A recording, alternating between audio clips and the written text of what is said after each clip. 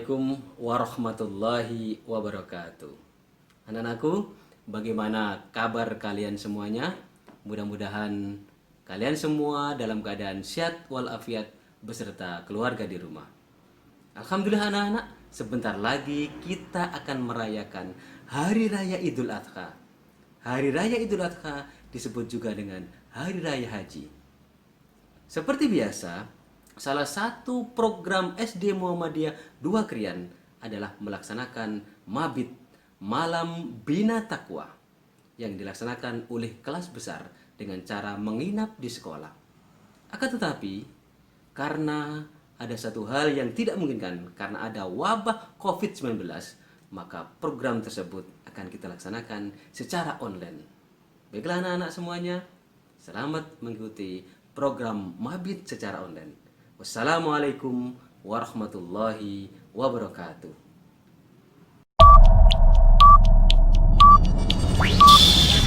Ten, nine, eight, seven, six, five, four, three, two, one, zero.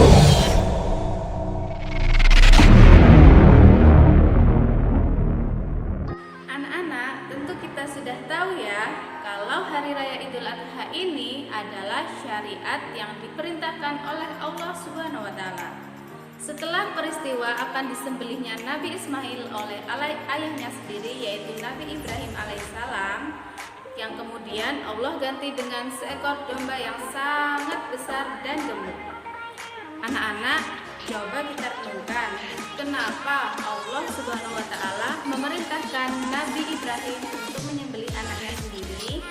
Lalu, kenapa Nabi Ibrahim alaihissalam mengikuti semua perintah Allah Subhanahu wa Ta'ala untuk menyembelih putra kesayangannya?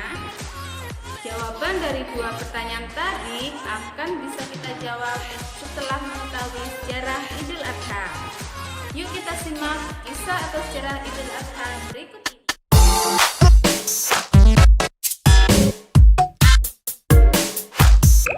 Sejarah Idul Adha berawal dari Nabi Ibrahim alaihissalam yang ketika itu gelisah memikirkan siapa penerusnya nanti dalam melanjutkan dakwahnya.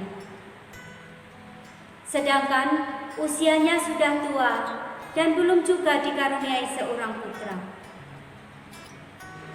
Kemudian istri Nabi Ibrahim yang bernama Sarah menyarankan suaminya untuk menikahi seorang budak solihah pemberian Raja Mesir yang bernama Siti Hajar.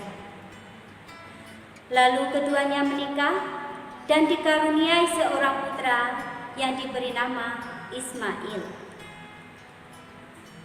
Akan tetapi, Allah memberikan ujian pertama kepada Nabi Ibrahim alaihissalam setelah dikaruniai seorang putra, yaitu Allah memerintahkan Nabi Ibrahim alaihissalam untuk menempatkan istri dan anaknya yang baru lahir di sebuah lembah yang tandus, di sebuah lembah yang gersang, tidak tumbuh sebatang pohon pun, sepi tak berpenghuni, dan tidak ada air. Bayangkan, dalam keadaan lemah dan harus menyusui Nabi Ismail yang baru dilahirkan, mereka harus berpisah dengan suami dan ayahnya di tempat yang tandus. Jarak antara rumahnya yaitu Palestina dan tempat yang gersang tadi sekitar 1.600 km. Mereka harus menempuh perjalanan sejauh itu dengan hanya berjalan kaki. Karena memang pada saat itu belum ada alat transportasi seperti sekarang ini. Paling tidak hanya dengan membawa unta yang biasanya dipakai untuk tunggangan bekal mereka. Dengan keadaan lemah dan harus menempuh jarak sejauh itu, sesekali Siti Hajar bertanya kepada suaminya. Pertanyaannya bukan, "Kenapa kamu tempatkan aku di tempat seperti ini?" Akan tetapi, Apakah ini sudah ketetapan Allah? Bayangkan betapa solihahnya Siti Hajar.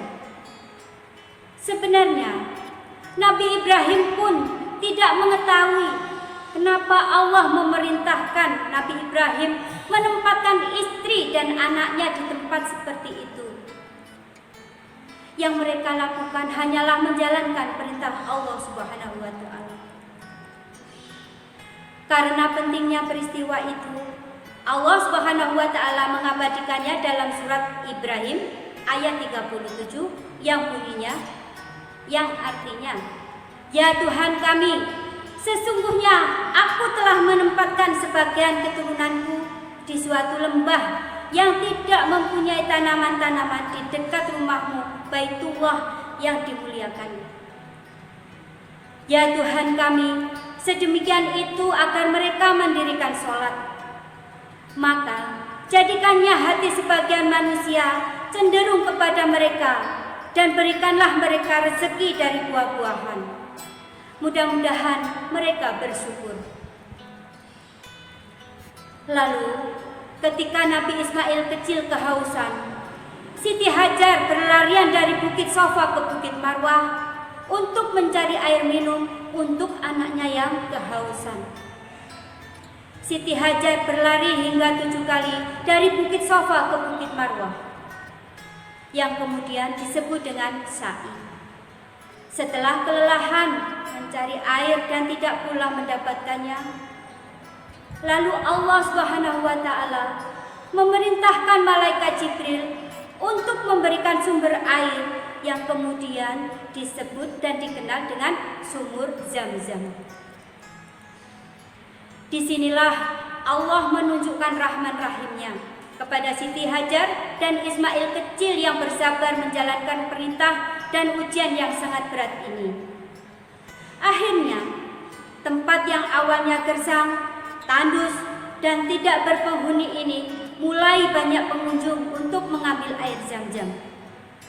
Lalu, kota yang tandus ini kemudian menjadi kota yang sangat makmur dan sekarang dikenal dengan kota Mekah.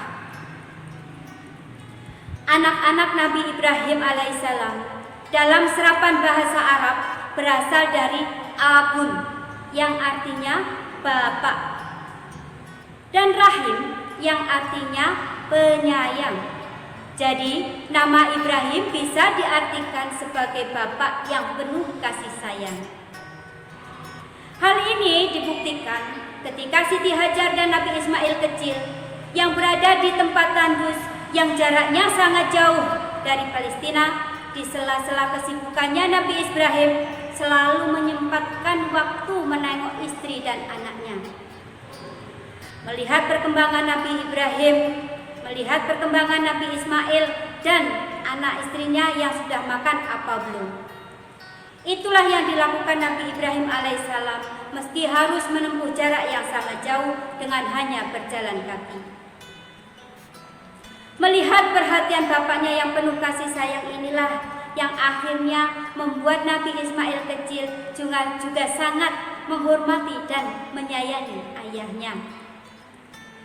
Demikianlah sedikit cerita sejarah tentang Nabi Ibrahim.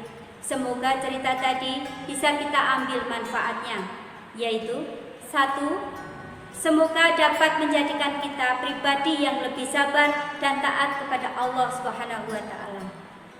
Yang kedua, meningkatkan iman kita kepada Allah Subhanahu wa Ta'ala.